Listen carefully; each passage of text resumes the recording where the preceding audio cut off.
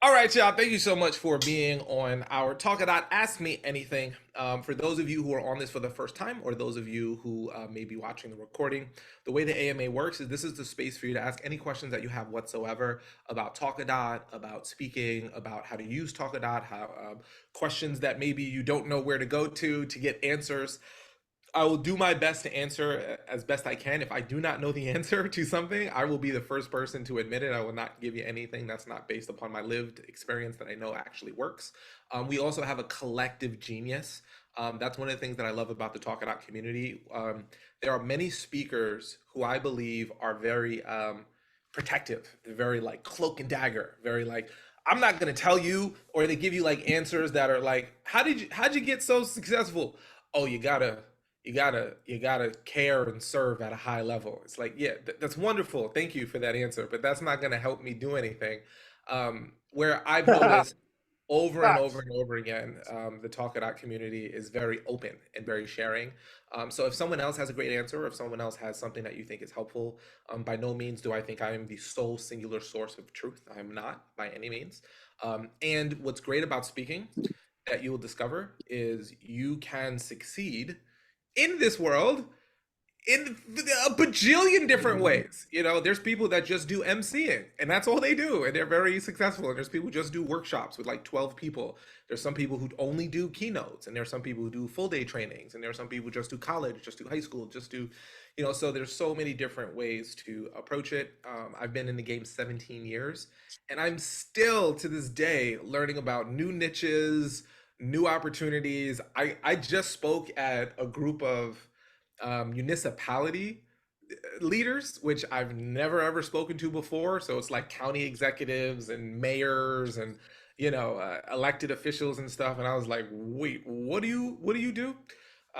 So there's things that I'm constantly learning, and I'm happy to share because my belief personally, and I hope all of you have the same, is if you're doing your job really really well, at most you should be doing 100 speaking engagements, and that's if you're insane, right?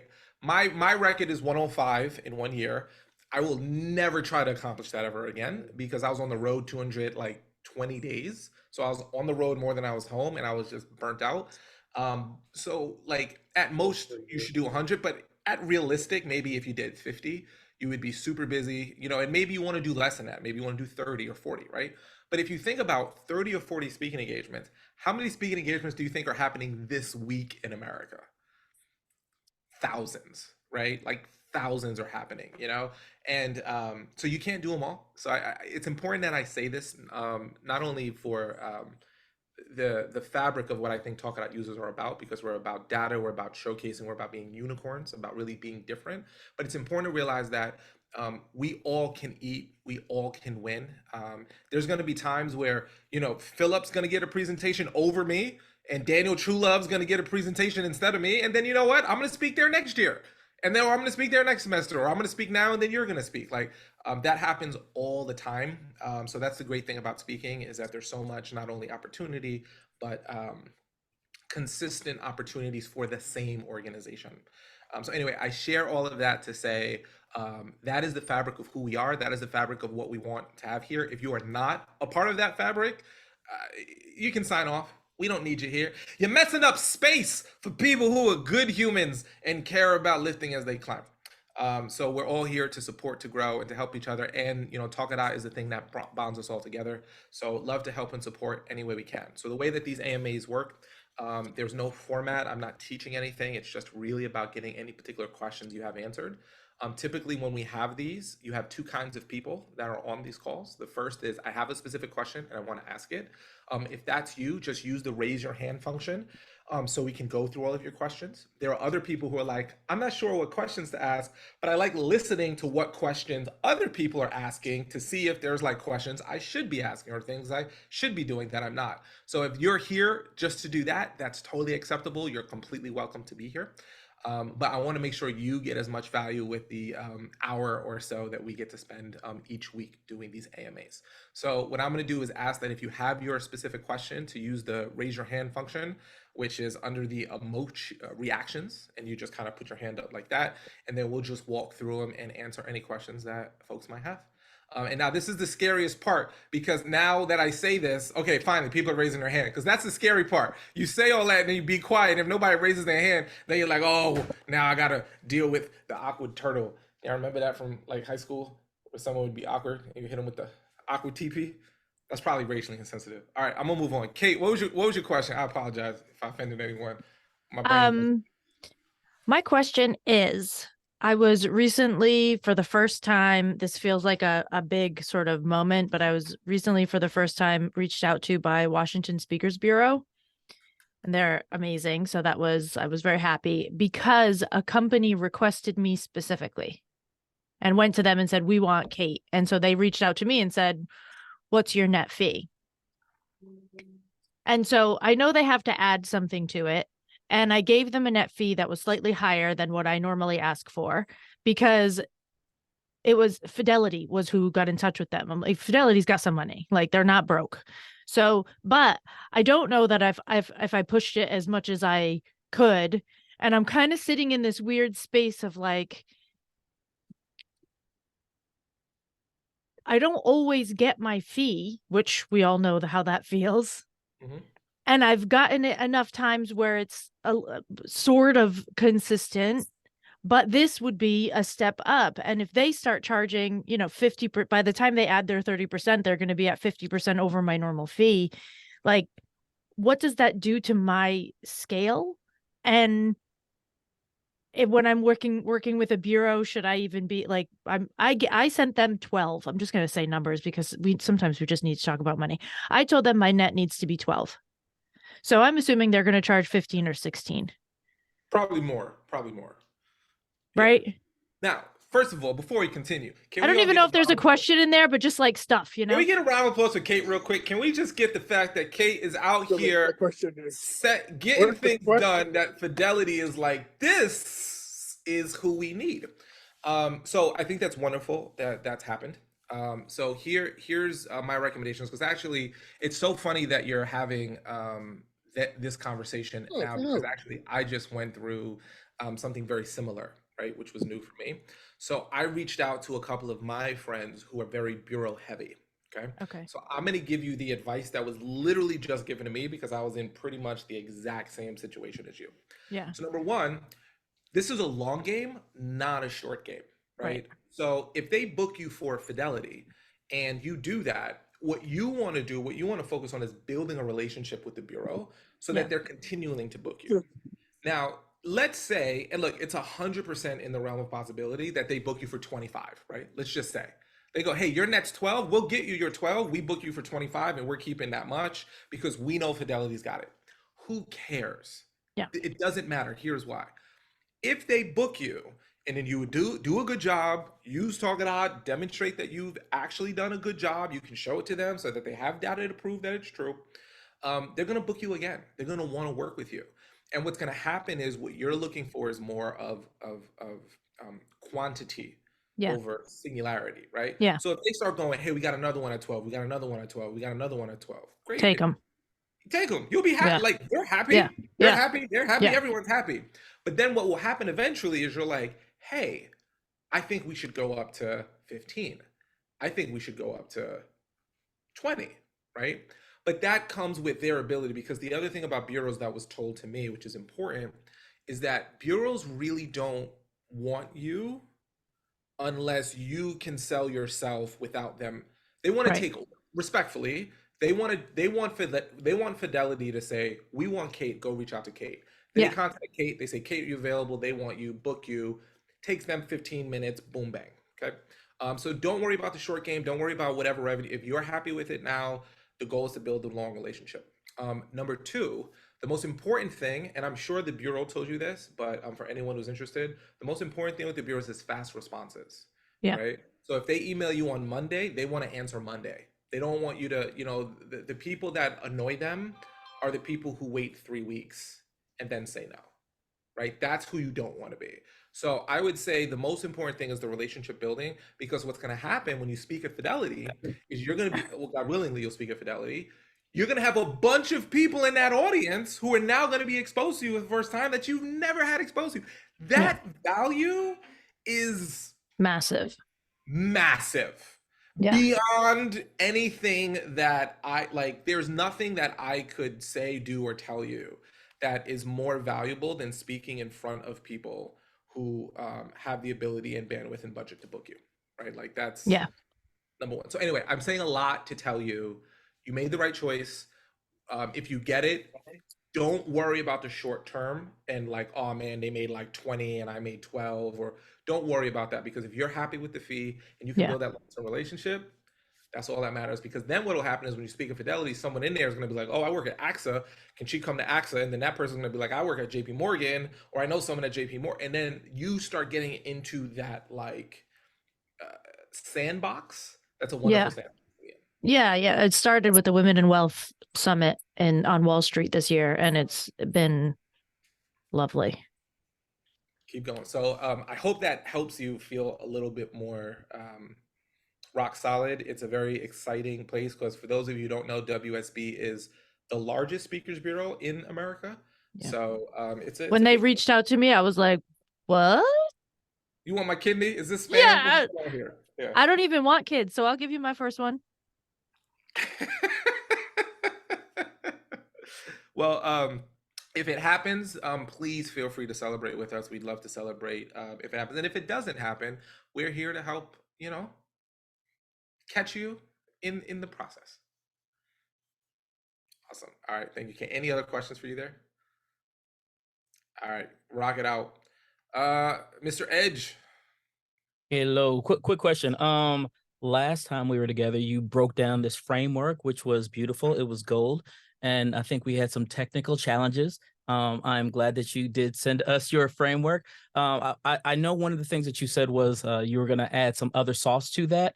Do you remember what sauce you were going to add that we missed out on? Wanted to make sure that we got it all. So wanted to throw No, that I back out. think I think we were. So what was happening and you're right. So what happened is we went into Q&A, and Yes. then my internet said, "I don't want to work anymore. I don't like you or working for you anymore. Goodbye."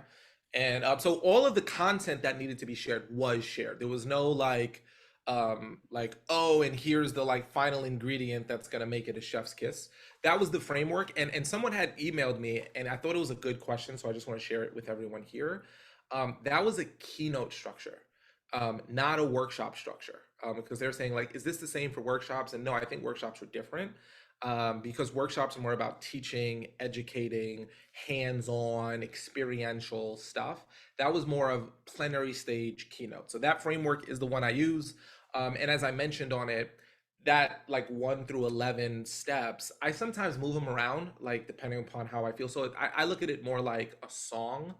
A song has a bridge, it's got a verse, but sometimes jazz plays with that framework. Sometimes hip hop plays with that framework a little bit. So it doesn't mean it's still not music.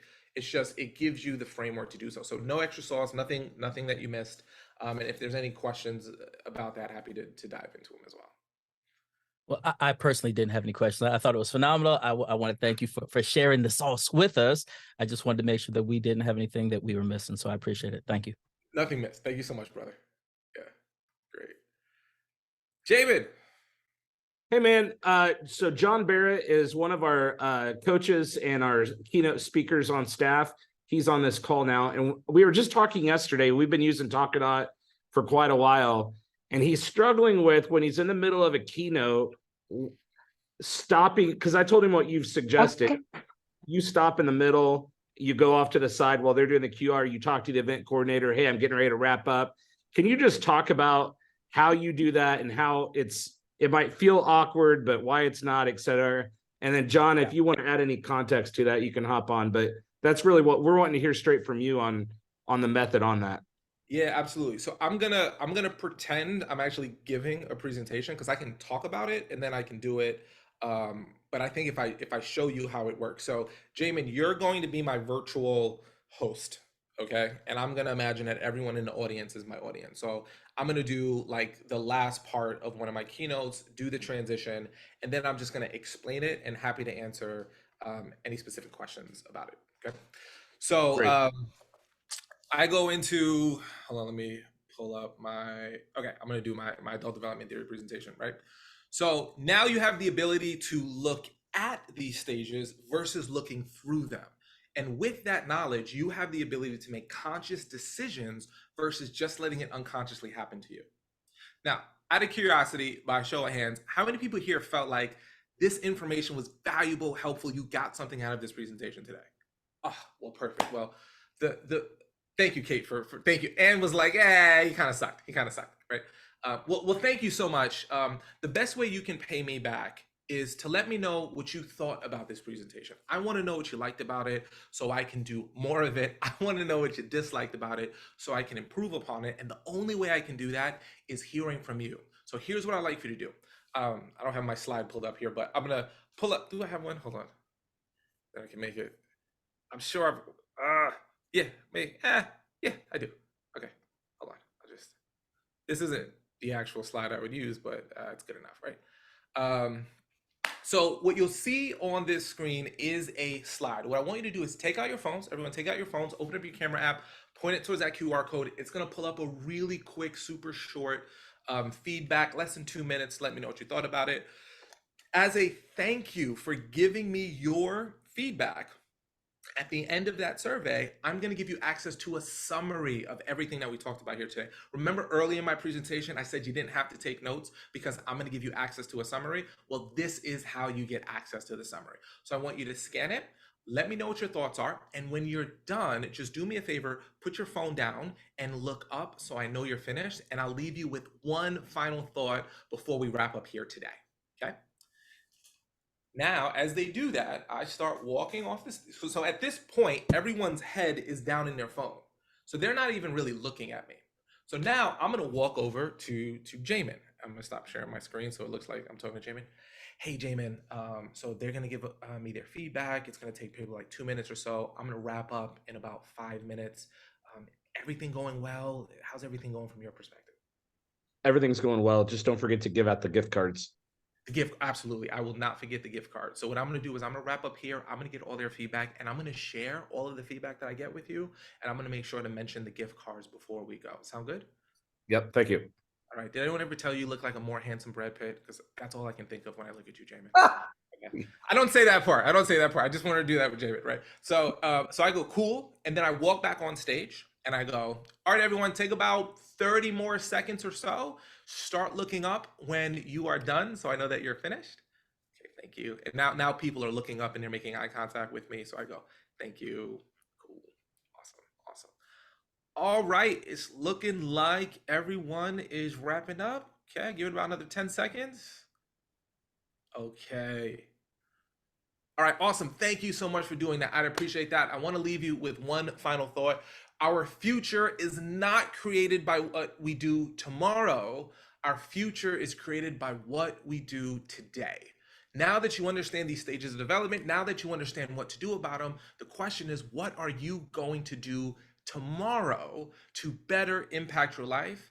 And that's based on what you start doing today. So I want you to take action with all the stuff that we talked about here today. I want you to make sure to go out and grab those gift cards that Jamin's got set up for everyone in the back. Everyone gets free Chipotle guacamole thanks to Jamin. Who doesn't like guacamole? And it ain't extra for you because Jamin's here. I want to give a big thank you to Jamin. I want to give a big thank you to the planning committee. I want to give a big thank you to Sue and Mary and Joseph and John for all the work that they've done. If you like this presentation, my name's Arel Moody. If you dislike this presentation, my name is Philip Edge. Y'all all have a good night, y'all. And then I walk off the stage, right? So that's kind of like the flow of it, right? That's like kind of the flow. So I set it up.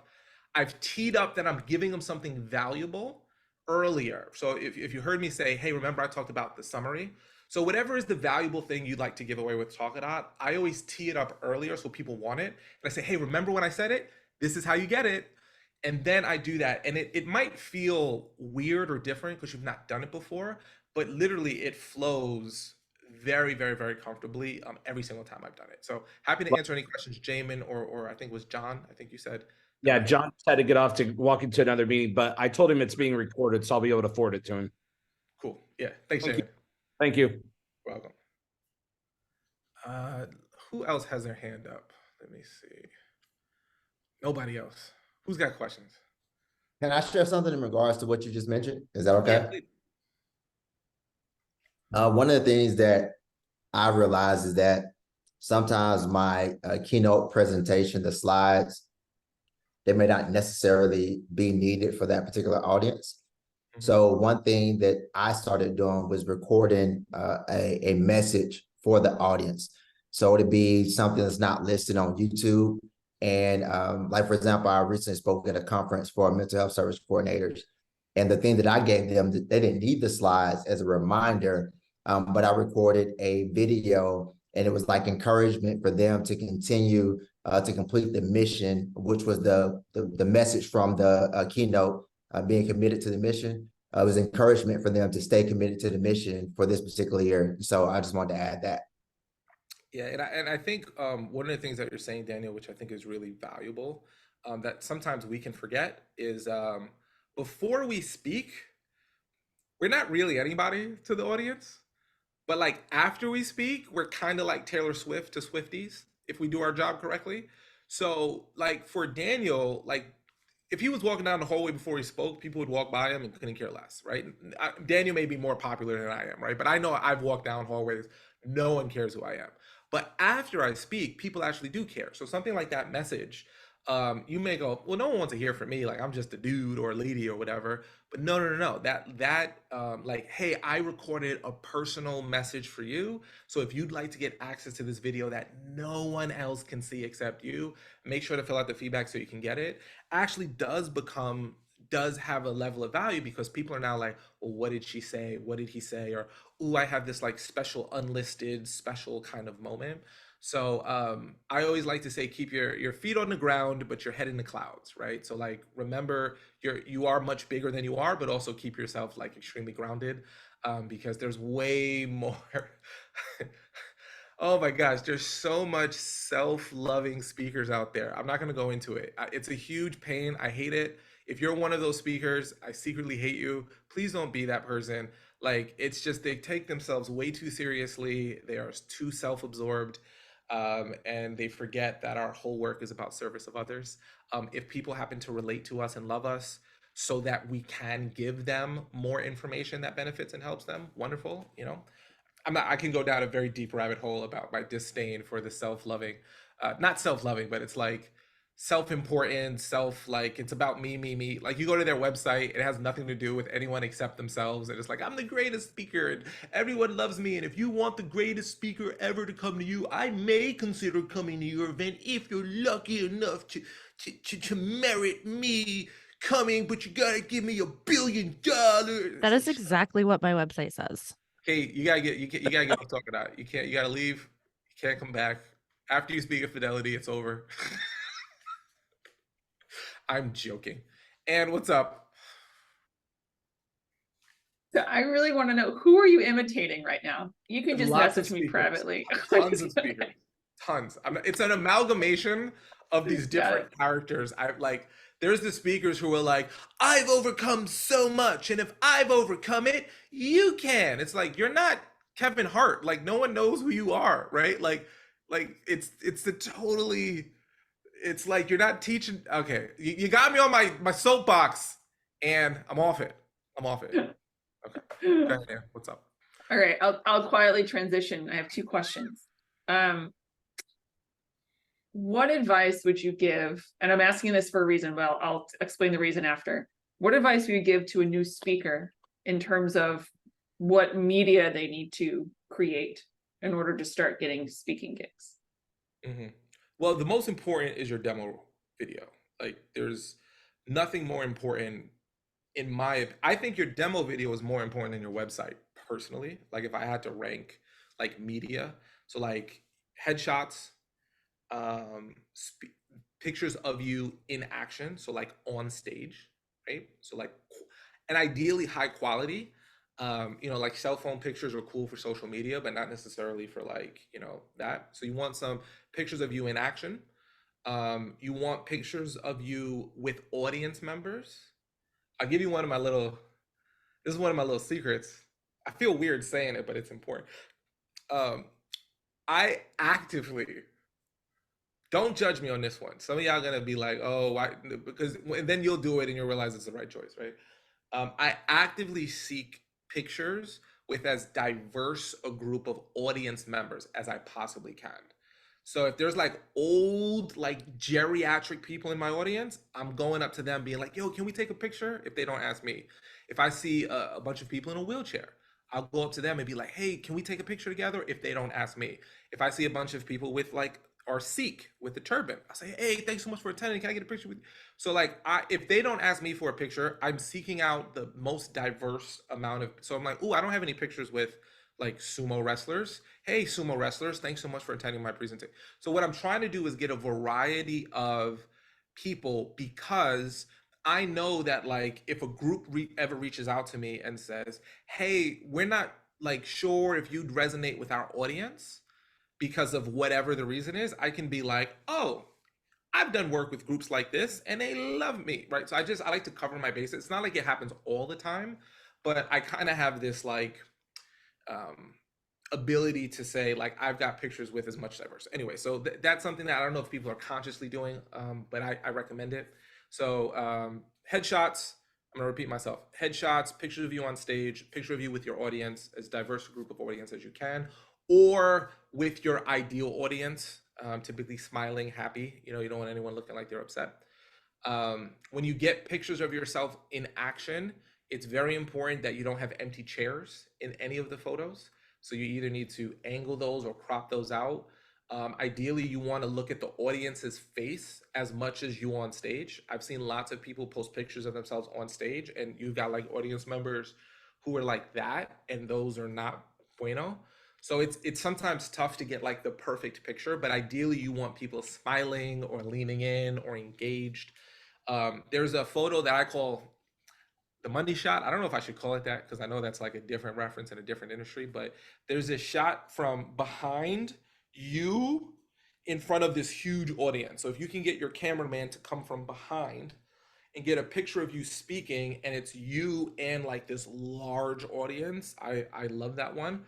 And the reason why that picture is so valuable, because sometimes when people take a picture from the back of the room with the big audience, you look like a little tiny pea, so they can't actually see you. But if they take the picture from behind you and get you and the big audience, then it's clear that it's you and you see the big audience. And that's like, you know, I'm always looking for how to get another one of those pictures because they're phenomenal.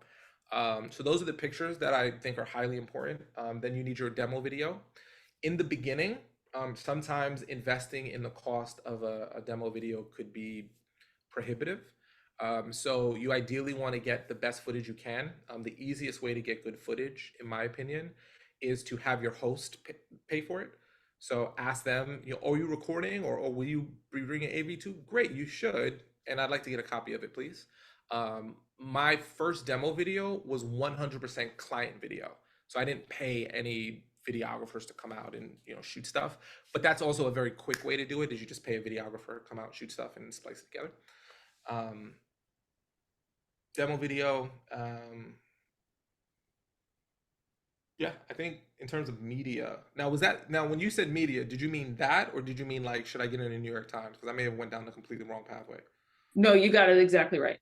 Oh, okay, cool. I just want to make sure you weren't talking about like, do I need to be on TV? Which you don't. Could Yeah. could I, in the demo reel, could I pull in, because I've done a lot of virtual speaking engagements. Do those cool? It's a great question. A couple of them? I'll tell you why I'm not sure. Okay. If you asked me that 2 years ago, I would have been like, heck yeah, right? But, and again, I'm open. If anybody in the chat wants to throw, like, I'm almost 98% in person. I did 2 virtual this year, and everything else has been in person. So I don't know if anyone in the chat wants to throw in, like, are you doing in person? Are you doing virtual? And the reason I say that is because if you're showcasing virtual, which I think is good to have a little virtual in there, people might go, oh, she only has virtual clips, not in-person clips. Maybe she's not, you know, in person. But I don't know, and I'm tempering that because I think people accept the fact that we were in virtual for so long. But I would be like, I have one demo video that I shot during the pandemic, which was a bunch of in-person clips and then like 8 minutes of virtual clips, right? And now I'm like, yeah, I need a new demo video. So I'm actually in the process right now of getting a new demo video cut. So yeah, I don't know if it's fine or not, but my assumption is people want to book you for the medium that they want to book you for. So that's why, like right now, because so much is in person, I would lean more towards in-person clips with a smattering of virtual, in my opinion. Okay, got it. Oh, Philip said in the chat, how long is your demo video? Yeah, great question. There's no science that I've seen. I've seen people with longer videos and shorter videos. So I have one right now that's around like 11 minutes, and another one that's like around 4 minutes, right? So a shorter one and a longer one. I don't know which one is better personally. I really don't. I like to have both. And they're available online, like so people can, like when they search my name, they can find my videos. Like it's not hard to find. Um, so I kind of give them both. I actually also I've been experimenting with this where I'm actually giving people a full video presentation. So it's like here's a full presentation, here's like an 11-minute version of it as well, right? So here's the whole thing and here's the clips. And I'm still deciding whether or not that's a good idea or not. And maybe it is and maybe it isn't. I'm not sure, but I'm testing that right now. So I'm sending that and getting a sense of like, do people go, oh wow, like I'm so glad you sent that, or are they like, appreciate it, but they don't care. Got it. Can I ask my second Mhm. question? Yeah. Yeah. That's So what we hear. I just want to ask if folks could help me out for 30 seconds because I'm doing a rebrand and I have two names in mind. And I was curious just to see the reaction to either. So I won't give you any context, but the two rebrands that I'm thinking of are the Queen of Soft Skills or the Soft Skills Queen. I know they're very similar. Queen of Soft Skills. One is in the There. chat. Okay, Soft thank you. I'll skills. put it in the chat. All right, I just put them both in the chat. Oh, you already started giving answers. Like Thank Queen you. of Soft Skills or Soft Skills Queens in the chat, so we can get like a kind of a tally, like a poll. Don't write your answer. Write like, yeah, I see what you're saying. You're like one of one of the two. Yeah. Thank you. I appreciate it. Well, I'm actually doing this based on all the conversations we've had at these AMAs. I appreciate Taking your you. advice. This is Appreciate you what taking I'm action. coming up with. Yeah. All right. Some of y'all not voting, man. Get in there and vote, dang it. Some of y'all are watching like, I don't want to make a commitment. It's not like it's rocket science. You just, which one do you like? And if you like both of them, vote for both of them.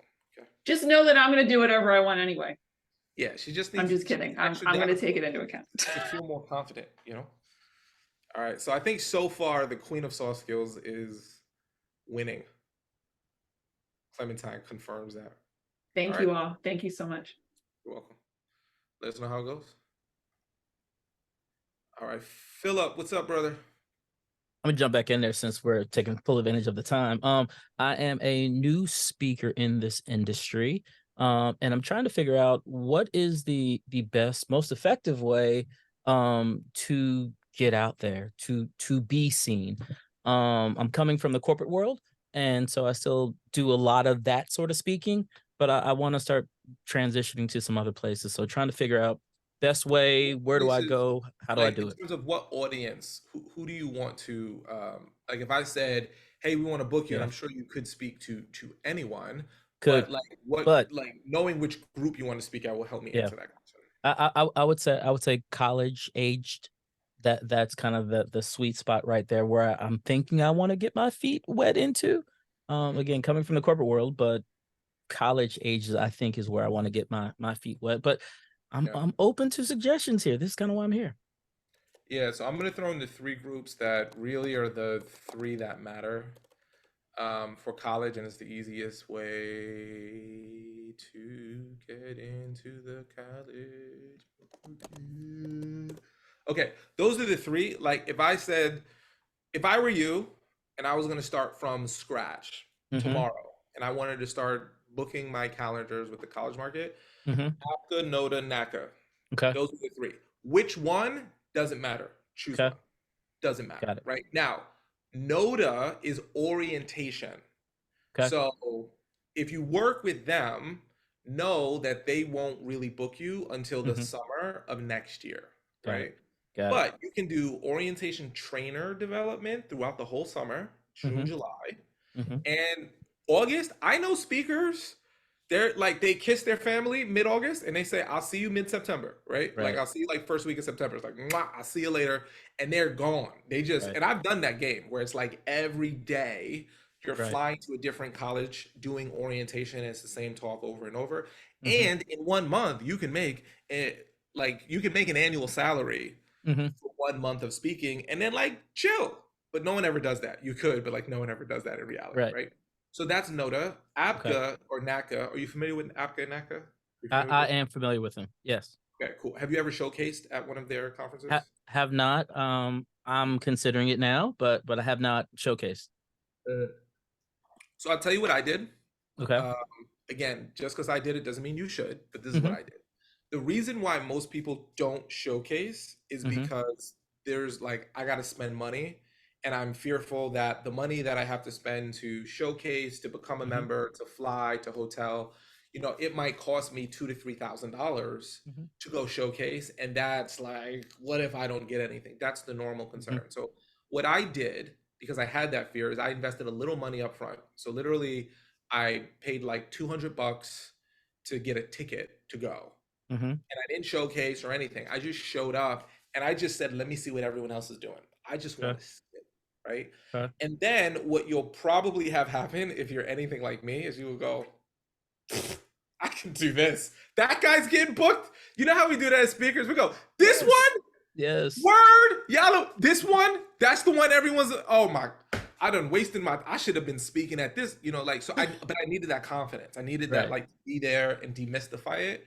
And for those of you who don't know, I'm gonna just rehash this very quickly. APCA and NACA, they give you like a 10-minute window. So there's like Mhm. imagine 5 speakers. They each get 10 minutes over an hour and a half period of time. They kind of come up like a revolving door. Come Mhm. up, here's my best 10 minutes. Mhm. Next person comes up, here's my best 10 minutes. Next person comes up, here's my best 10 minutes. Then literally student activities professionals go into a room and they pull up your face and they say, who wants to book this person? And then they raise their hand and say, I want to book this person. Hey, if you book them on October 3rd, I'll book them on October 4th. Oh, we'll do what's called block booking. And block booking is when they book you next to each other. You give them a little bit of a discount, Mhm. which you're happy to. So let's say you charge like $2,500 for a single event.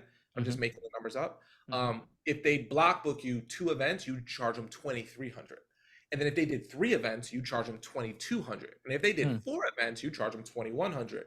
So Mhm. in a week, you can turn it into a $10,000 week conceptually, Mhm. um, and everyone wins, right? So for everyone who doesn't know, that's kind of how it works.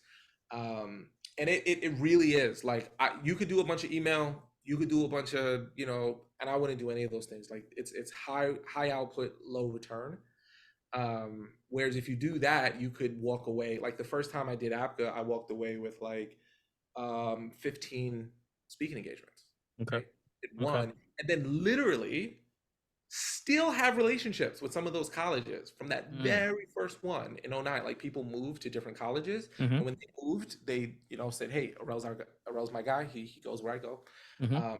So long story short, you can do lots of things. Nothing beats that, in my opinion. Showcasing. Okay. Yeah, nothing beats that Got it. to Got get it. started, right? And then once you Got it. get started, there's lots of ways to keep the momentum going. But Okay. going from no one knows me to there. Now, the other thing I'll say, which if you ever go to ABGA, you'll see a guy, Bert and Det, very good friends of mine. They're crushing it in the ABGA NACA space right now. Mhm. They do it right. And I want to say it's because I told them what to do. I like to, but it's because they're really, really hardworking. What a lot of people don't think is, oh, I do my 10 minutes and then my job is done for the day. It's not done. Like there's what's called the exhibit hall, where you get a booth, Mhm. and that's actually where the talking to the student, hey, what's up? How you doing? Oh, which college you from? Oh my gosh, blah blah blah. Have you thought? Oh, and then they go, you know what? We did. Like, it's amazing how many times, like people on the third day or the second Mhm. day will be like, man, we should bring you into our school, man. I actually like it's like Mm. they realize it after the thing. No, they Mhm. didn't. Like they kind of because they're seeing so much, they need to connect with you. So you got to make yourself available. Be Mhm. at the exhibit halls, talking to people, shaking hands, smiling. Mhm. Being available, and then you'll see that over the course of 2-3 days, you go from stranger to trusted friend. And it'll work out really well. So if you ever do go and you see Bert and Det, just watch them move. Okay. There's another guy named Tom Krigglestein. Watch him move. Like those guys do it like really well. Okay. Appreciate Yeah. it. Super Thank you. long answer to your short question, but I'd like to kill a fly with a sledgehammer here, Phil. Hey, that was good. That was good. I appreciate it. My pleasure. My pleasure. Clementine, what's up? Good afternoon, everyone. So I have so many questions. I don't even know where to begin. Start Um, with I wanna, the simplest one. Go easy on me. What's the simplest one? none of my questions are simple, unfortunately. But Then go okay, with the most complex one. Just completely ruin me okay. right out the And gate. you know what? Kenston Henderson, we are Facebook friends. We are from Columbus, Ohio. I saw someone I recognize. Anyway, so I just literally signed up for Talkadot last night because I was working on a presentation and I saw your infomercial on Facebook and I was like, OMG, this is so freaking amazing, right? So I went ahead and put the slide in my presentation. I send it off to the organization I'm going to be presenting next week.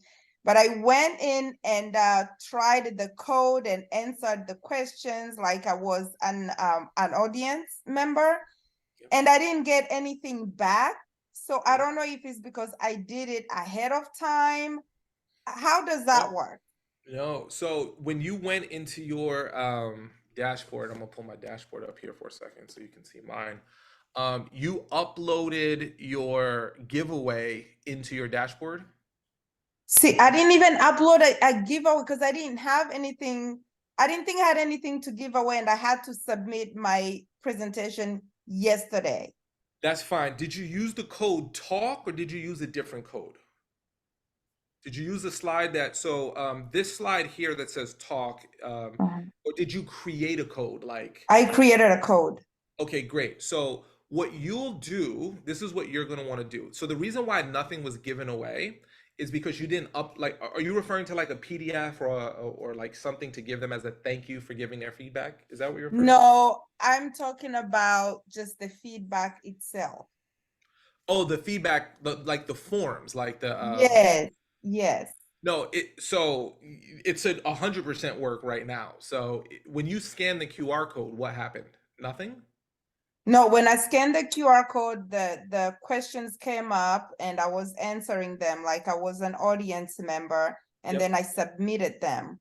And Okay. I was expecting to get something in my email, but I No, didn't get yeah. anything. So you don't get something in the email. So what happens is they take that, and once they take that, when they're done, if you give them something away, which you can add that later. So even though you Okay. gave your slides, no worries there. You can just, so let's say SJCOE was your code. Can you see my screen, by the way, Clementine? Yes. Okay. You would just click here and go to edit, right?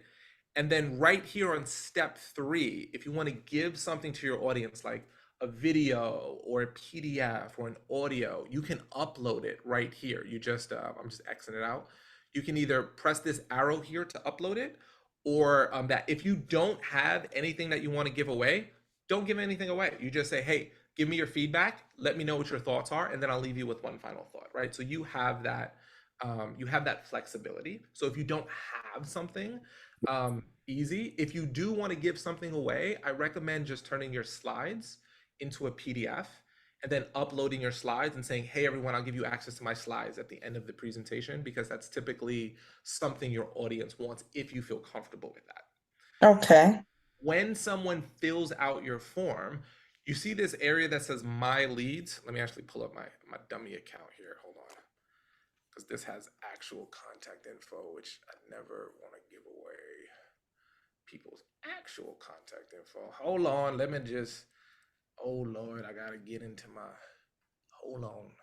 Oh gosh, it's gonna ask me for my, all right, I'm not gonna pull this up quickly. I don't want to waste too much time. Do you see where it says my leads up here on the right-hand corner? Upper right-hand corner? Do you see where my mouse is? Yes. Yeah, so once people fill out the form, you can click on my leads, and that's where you'll get everyone's contact info that you can download as an email address, or and upload to your CRM or upload to your email marketing service. And then if you are on this page here on your account, when you scroll down, their responses will be here. So you can see the reports. So you're not going to get anything via email. It'll all live within this app right here. So how do I get to this app? So what you want to do is you want to go to talkadot.com, and then you see where it says login right here on the upper right hand Yes. corner. You want to click log. Oh, hold on, let me log out so you can actually see it. There you go. So when you click login, you're going to put your email and password that you created there. And when you click sign in, it'll bring you to your account. This is like your dashboard. Okay. And Okay. that'll have everything you need there. And if you need any help whatsoever, we have this guy. He is a wizard. I'm going to put his email in the chat for you. If you've probably already received the email from Mike at Talkadot. He's a real I human. haven't, but I'm Okay. sure I You will. will. Mike is a real human and he's phenomenal. If you have any logistical questions about how to use it, we're there for you. Now, if you'd like, I can jump into if you give me your email or I can look at your account, right? I won't show it. Let me stop sharing the screen. Let me just look to make sure. I'm just going to do it. Hold on. Let me make sure you're actually set up successfully. Hold on. Bear with me while I go into my admin panel here. All right, and it's Clementine, is that right? Yes. All right, let me see. All right. Okay. Yeah, okay. Your account is set up. Yeah. So do you have your password or did you forget that? I think I still remember it. It was literally yesterday, so I hope I remember it. If I don't, If then not, I have a bigger problem. yeah, if you don't, we can send you your password. So I see that you used code 3734. Does that sound Yes. right? Yep. So your account is set up for that 3734. So you're good to go.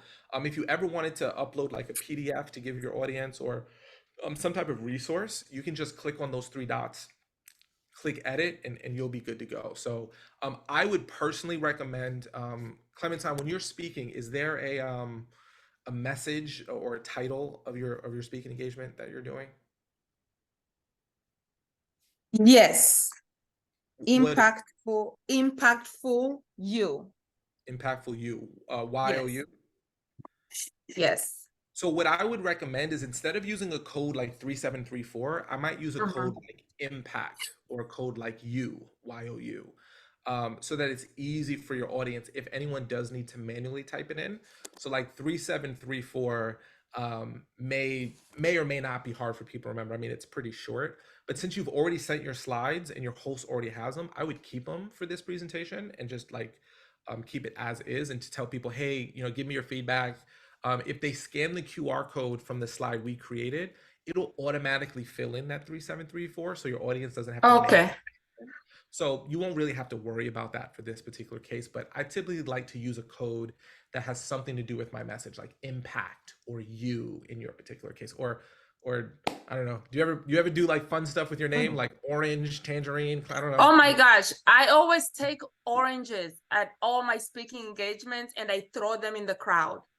That's fantastic. You ever hit somebody in the head with it? You ever been Very like, lightly. "Wow, orange juice"? Call me OJ, baby. Plow. Don't do that. That'll get you. You won't get invited back if you hurt somebody. But yeah, if you want to have fun with that, you can put Clementine or orange or vitamin C. I don't know. You can have vitamin C, yeah, non-COVID. Anyway, okay.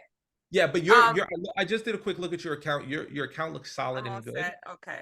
So you're good to go. If you want to reach out to Mike, if you have any specific questions about like your password or anything, he'll hook you up real quick and real easy. Awesome. Thank you for that. So my next and last question, I don't want to take over the whole meeting, is I have a hard time defining my audience, right? When people come to me and ask, who's your audience? And the reason why is because I get invited at the most random places and I go and speak and everyone loves my message, right? So I speak at women's leadership groups. I speak at middle schools. I speak at colleges. I speak at business groups. I speak at teachers, and my message is well received to the point where when maybe I need some type of coaching or working with someone to help me find speaking engagements, or if it's a press release that I want going out, I'm always just struggling when people ask me, define your audience. And I'm like, well, my message is really geared to anyone who's facing adversity, anyone who is not motivated and they need someone to pick them up and show them there's a light at the end of the tunnel, things like that. And that really goes that goes to a lot of audiences. So can you help me? And just recently, I think that maybe I should just gear my talks towards women, because I just got the title of Mrs. Ohio Carve Globe. And thank you, boo.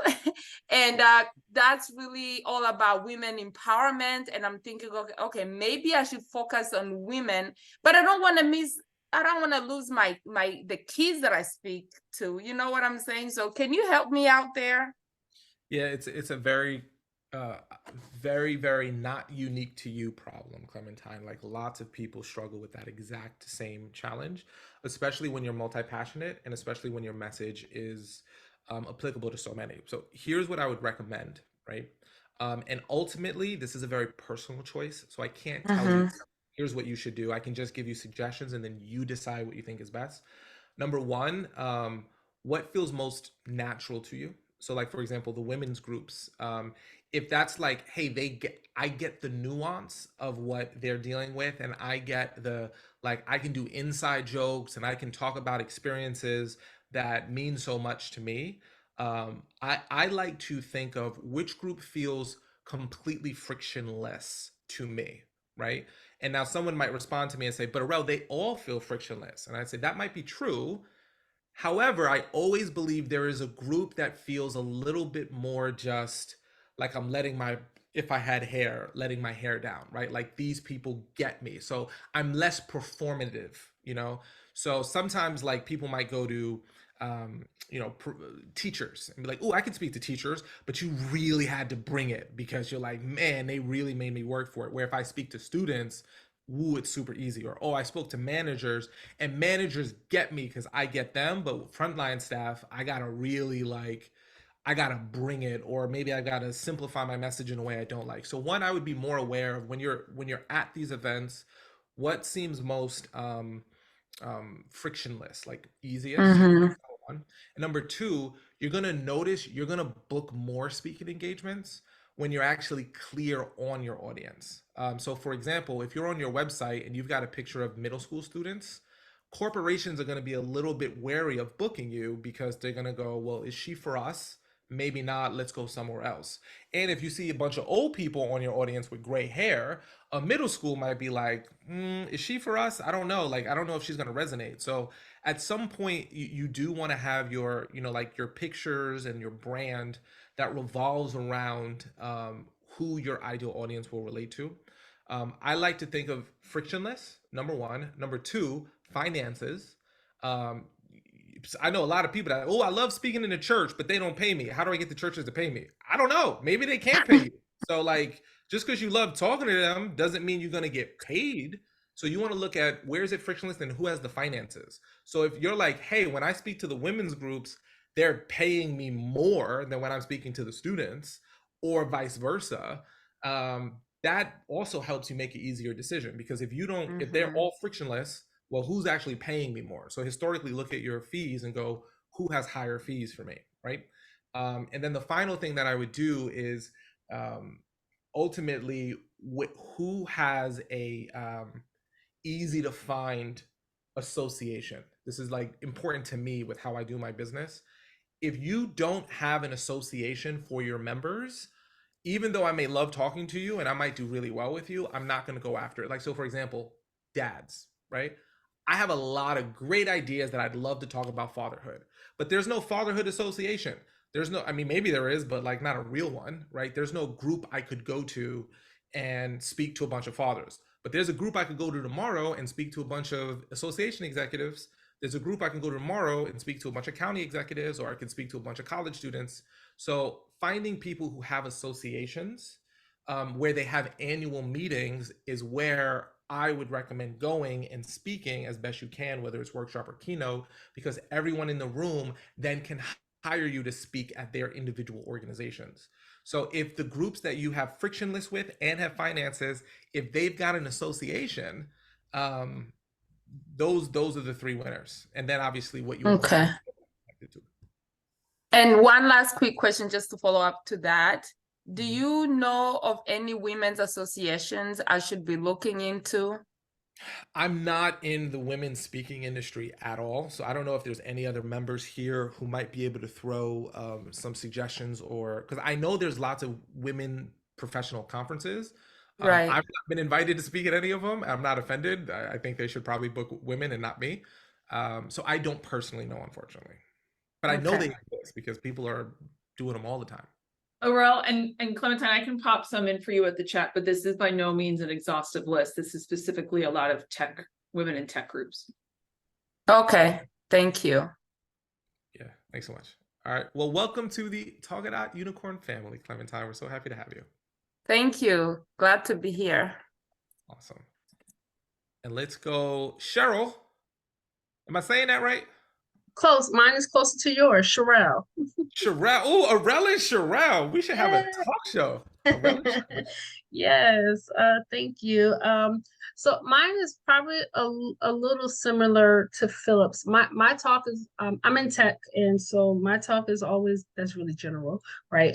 Mine is very specific around demolishing the digital divide. And so I think when it comes to talking, I'm used to looking for my buyers to be in the room, which is generally higher ed, rural serving institutions and HBCUs. I'm trying to go broader, but a lot of the feedback I've received is about everyone needs to hear you. I think that's very broad, but my general conversation is always about resilience and or why we need to make sure that our generations are not caught in that bridge, but we need to demolish the bridge, right? Because I think having the same bridging, the blah, blah, blah is crazy. We need to demolish it. So when I look at engagements, I'm debating if I need to look more at higher ed for speaking and the student body versus the buyers sometimes, which are your presidents, your provost, the purse strings, right? Like, because I understand sometimes the budget constraints, but especially after hearing you talk to Philip, I had to take myself out of my headspace of being too cerebral there. Mm-hmm. Yeah, so I'll throw this in the chat. Let me just do this real quick because I think this might. Sure.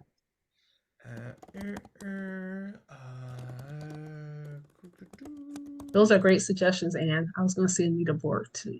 That's the one I was going to suggest. Yeah. So typically, and I can only speak from my experience, I have never had a provost or a president book me, right? I've never had that happen, right? So I'm sure it happens. I just don't know about that world. But I can tell you, campus activities, student activities, Greek life, orientation, and also student leadership, okay? All of those five, all student activities, campus activities are actually synonymous. They're pretty much the same thing.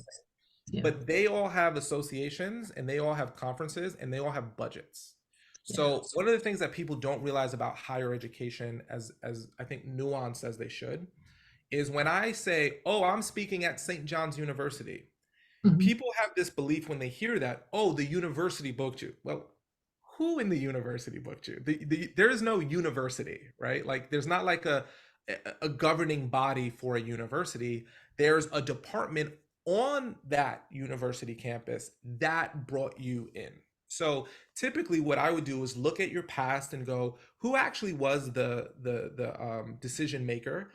Because you'll either have the decision maker or the influencer, right? So those are two different people. So the person who says, yeah, bring them in, may never have seen you, but the associate dean or the associate director loves you, they're the influencer, but they need the executive director to confirm and co-sign. Um, Typically, and I'm gonna, I realize I'm making this complex, but I want to simplify it. So typically, there's a group of people, a committee that choose a speaker. It's very rare that it's one person who makes the decision. So typically, you either need the decision makers or the influencers. Typically, the decision maker doesn't make the decision without first consulting the influencers, or the influencers need to bring it to the decision maker to explain why they think you're the best fit, and then they choose it. Okay. Um, if you're looking for the departments on institutions of higher education that have budgets, those are the 4 to 5 that do. So you can reach out to the provosts and presidents, and obviously they have like full power. But from my experience, and again, you could have a totally different experience than me. That's not who has ever brought me in or brought in anyone that like, and who knows, maybe that's a whole niche I should be doing and I'm not, and I'm like losing a whole thing. But that's what I would recommend saying. If you want to go higher education, go there because they have associations, they have committees. And even though the students are not, the students will only be influencers, never decision makers, right? So speaking at a student conference for me isn't really that interesting unless the professionals are in the room, right? If they're in the room, then I want them to see the students responding really well to me, so they go, Sherelle can help us like reach the make our students more resilient. Look at how they responded. We need to bring her back. So everyone, one of the phrases that I like to use as what I call a seeding phrase is, and it'd work really well with you. Like, let's say you've delivered 70-80% of your presentation, or you just delivered one of your like, truth bombs, or one of your like quotes, or one of your ideas that made people go, "Ooh," we all got those as speakers. I say things like, out of curiosity, how many of you know someone at your campus that needs a message like this?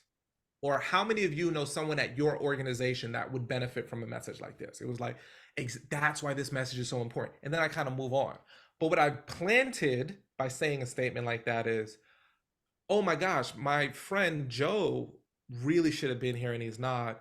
Well, if we can bring Sherelle back to our campus or back to our organization, then Joe can hear it. So I like to seed these like, do you see how this can benefit your campus? Do you see how this can benefit your organization? And people go, oh yeah, definitely. Or do you know someone who would benefit? And then by doing seed statements like that, the students might then go to their advisors and be like, oh my gosh, you got to bring Sherelle in.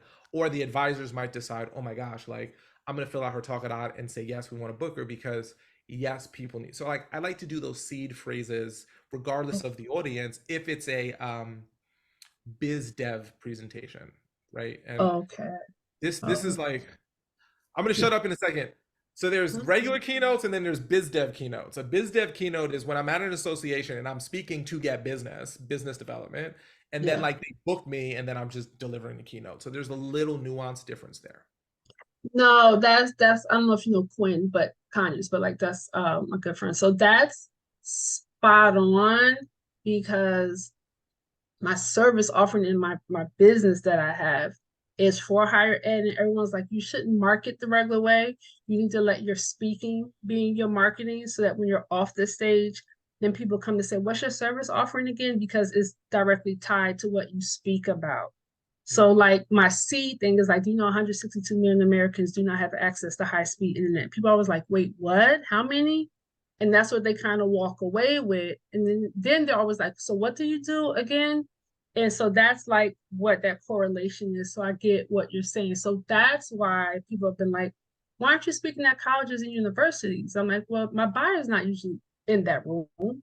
My buyer is usually the provost or the president, right? And the CIO. But that's why that question came up. So I wasn't going to ask anything. And then Philip kind of pushed No, me when he asked this question. I'm like, well, yeah, maybe it is relevant.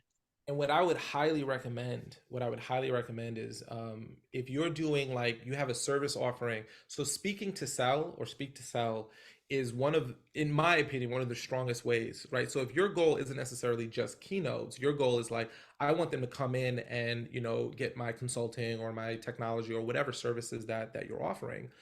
Then speaking to provosts and presidents is a good idea. And then also on the student activity side, When you are on campus, I would 100%, like if it's student activities or student leadership or whoever brings you in, say, I would love for the CIO, you know, if I can meet with them or invite them. Like I like to invite them to hear me speak, because if I'm Okay. on campus and they come hear me speak, then like it's a totally different conversation. Okay. Um, That's perfect. I like that. yeah, I like and then the that. last thing that I'll say, if you haven't used this phrase, or maybe you've already have, when I work with my clients, we typically, and then so like, what's an example of like like if I was a CIO and I would come to you and want to hire you, what kind of things would Mhm. I typically want to come hire you for? So a digital transformation, a good example is teach my staff how to use MS Teams and SharePoint because they're no longer on Skype. And Mhm. then have one of my students become a champion for MS Teams so that they can use it all throughout campus. Yeah, so if you're not using phrases like this, I would highly recommend using phrases when you do these speak to sell, these like biz dev presentations. You know, Mhm.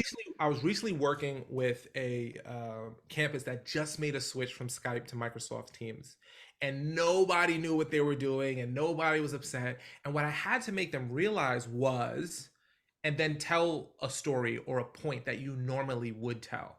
But you've got to, Okay. you do that setup, because if I'm having that same lived experience, it doesn't Okay. feel like you're selling, but you're planting seeds.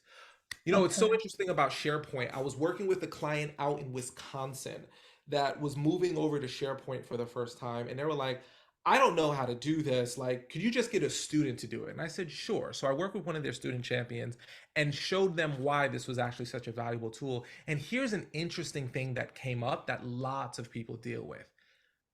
And then I tell the story, right? And then I teach the idea. So I'm literally pre-telling the story Yeah. by telling them exactly how they can work with me. So by the Mm. time they're done, they're not going, oh, wait, what do you do again? They're going, holy crap, we need that, because no one knows how to blah, blah, blah. And I can't. So I like to do that preceding, if you would. Or I don't know. Yeah, I guess Yeah. seeding. But That you get what I'm is. saying. You get what Yeah. I'm saying. Okay. All right. No, Again, I super appreciate that. long answer for hopefully a short question that I hope was helpful for you. Very, very helpful. Thank you. All Appreciate right, you're it. welcome.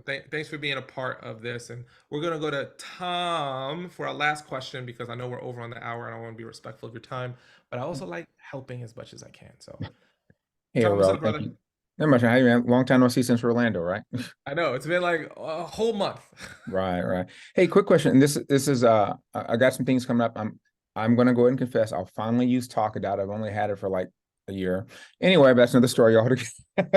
I'll send you the results, I promise. Thank you. I don't know if you can do this here because I know we're getting time, but the last last webinar I was on with you, you were talking about how to get into like the higher education spaces. Thank you for that, because I ended up trying to attend OPCA, which is coming to Houston where I live. So hey, I don't have to get on a plane or any of that stuff, which I love. And you made a statement I thought really caught me, which is you could do a whole entire session on what you do and how you work a conference when you go to associations. Mhm. So is that something we possibly get in the future before OPCA, which is coming in October? Just or just some bits, because Yeah. I think there's So, a lot of ways to work it. And I've worked in the higher education space on the administration side and as a professor, but I love the idea of working about leadership and student success and all that. So I don't know if you wanted to drop a few yeah, nuggets and I then give you my, so there's lots of things, but I'll tell gotcha. you Thank you. my most beneficial thing, right? Mhm. I've done this for, I don't know, over a decade. At every conference I go to, Mhm. I don't think there's anything better than what I'm about to share with you, right? I don't All think right. there's anything better than it. And the moment someone finds it or I see it, I will copy it. But so far, this has worked, and it's timeless. Okay, Sure. so you're doing a keynote or you're doing a breakout session? I'm still working on the planning. I think I might do a little bit of both. I'm still talking with Mr. Lambert about that. Yeah. Tell Rick I say what up. But he knows me, my Okay. friend. So let's say you do a keynote. Let's say you do a breakout session. Let's say you do a showcase, right? So you're doing it, let's say Tuesday at 4 o'clock, whatever the time Mhm. is, right? So I'm walking up to students the first day, let's say it's Monday. My conversation is 100% the same every single time. And it goes like this: hey, what's going on? Is this your first time at the conference or have you been here before? Mhm. Now, they're either going to say it's my first time or they've been here before, right? If it's their first time, I go, oh, it's your first time?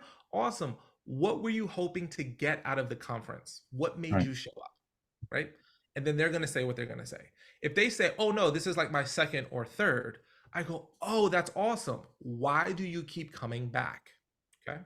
So they're going to give me an answer in two directions. Either this is my first time, here's what I hope to get for it, or I've been here before, here's why I come back.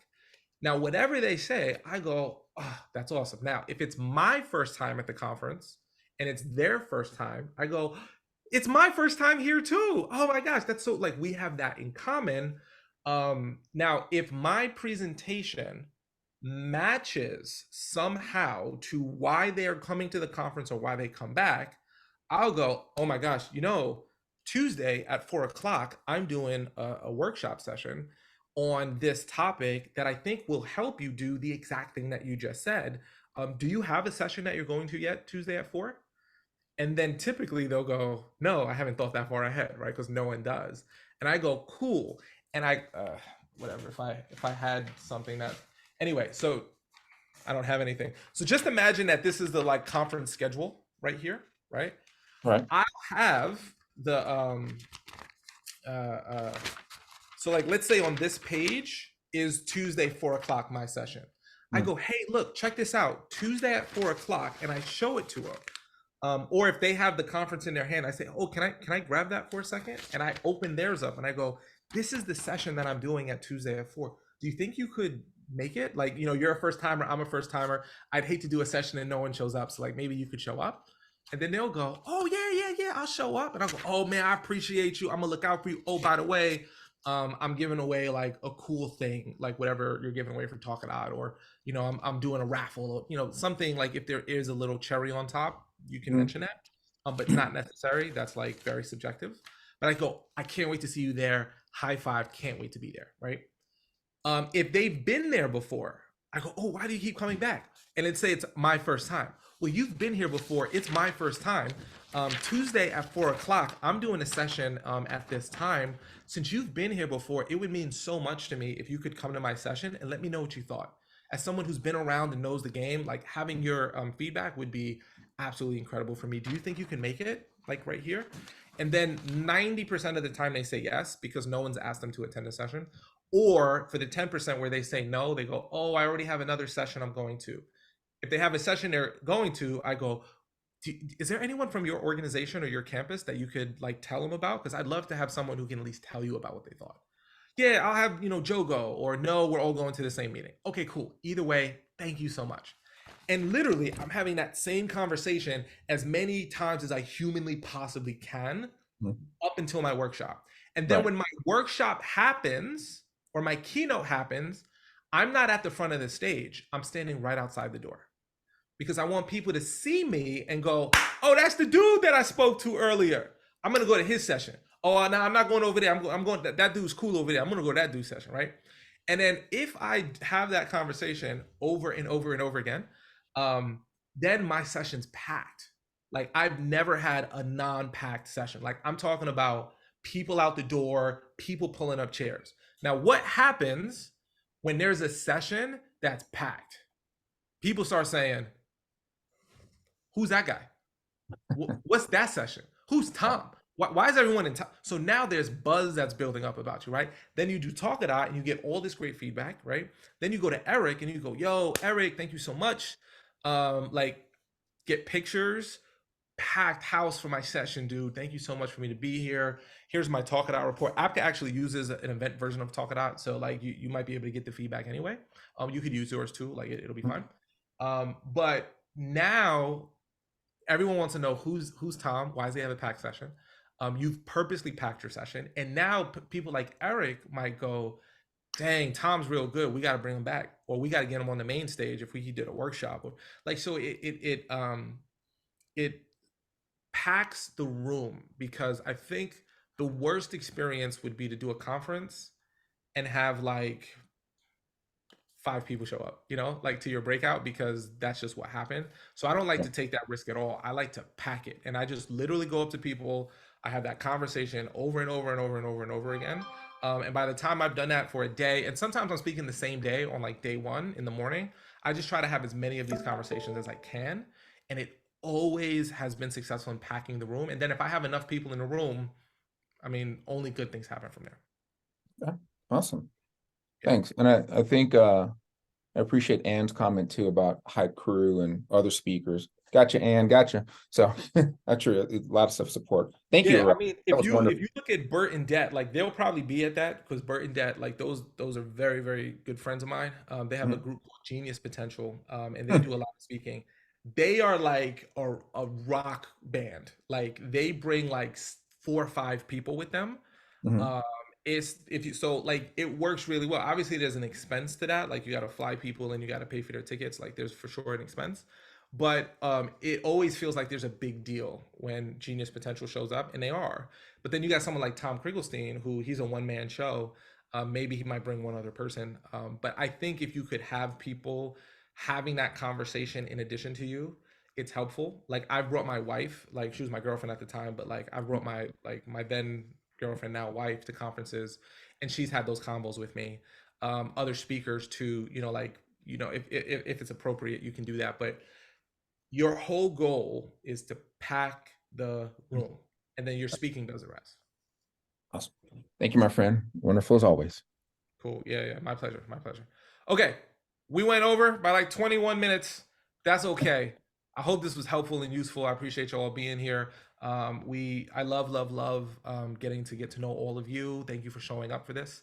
Continue to show up, continue to use Talkadot, continue to get great feedback, share your reports and show the value of your presentations, because that's how we stand out. And I just think it's so important. What's so great about Talkadot, why I love it as someone who's been in the game for a long time, is that I can demonstrate my value through data and through like, here's exactly what people are saying in their words. Here's exactly the feedback that I'm getting. And it allows the industry as a whole to have to step their game up, because there's a lot of crappy people out there doing crappy things, and we're not those people. So I appreciate you all being here. Thank you all for the great questions. And I'll see you on the next AMA. I'll see you later. Bye bye.